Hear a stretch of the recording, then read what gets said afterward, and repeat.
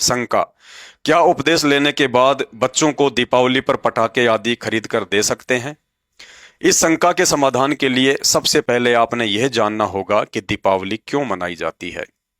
गुरुदेव भगवान ने बताया कि 14 वर्ष के वनवास के उपरांत जब दशरथ पुत्र श्री रामचंद्र जी 12 वर्ष से रावण की अशोक वाटिका में कैद अपनी पत्नी सीता को वापस अयोध्या ला रहे थे, तो उन दिनों अमावस्या अर्थात अंधेरी रात्रि का समय था। अयोध्या वासियों ने सोचा, आज वर्षों बाद श्री रामचंद्र जी अपनी पत्नी सहित अयोध्या लौट रहे हैं, इसलिए उनके स्वागत के लिए पूरी अयोध्या नगरी को हर जगह घी के दीपक जलाकर रोशन किया जाना चाहिए। लेकिन श्री रामचंद्र जी के चले जाने के हजारों वर्षों बाद वर्तमान में लोगों ने दीपावली को एक परंपरा के तहत अपने मनोरंजन का साधन बना लिया है, जबकि आज के समय में दीपावली मनाने का कोई अर्थ ही नहीं निकलता है सिवाय पैसे और वातावरण को धुआं से प्रदूषित करने के।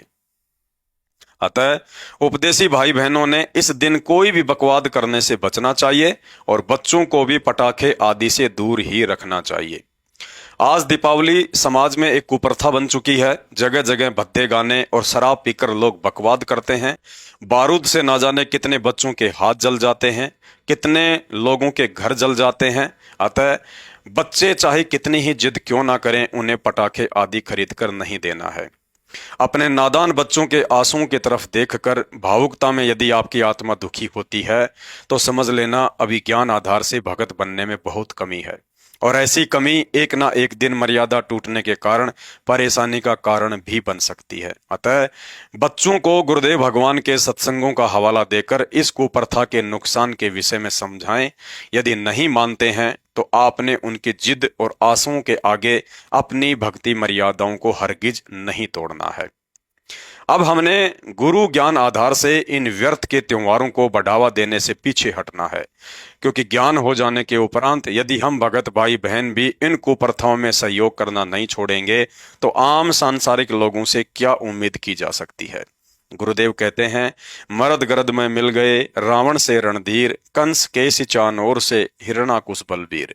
तेरी क्या औकात है तू जीव जन्म धर लेत, गरीब दास हरि नाम बिना तेरा खाली परसी खेत। इसलिए होली दीपावली जैसी कोई भी कुप्रथा आने पर हमें यह शिक्षा लेकर भक्ति मार्ग में और अधिक दृढ़ हो जाना चाहिए कि हम ऐसे गंदे लोक में रह रहे हैं जहां 3 लोक के स्वामी श्री विष्णु जी अर्थात श्री रामचंद्र जैसे भी आजीवन सुख का सांस नहीं ले सके। अब यदि गुरु वचन में रहकर मर्यादित भक्ति नहीं की तो आप और हमारा क्या होगा। हम तो वैसे ही जीव संज्ञा के प्राणी हैं। तो शंका समाधान में आज केवल इतना ही।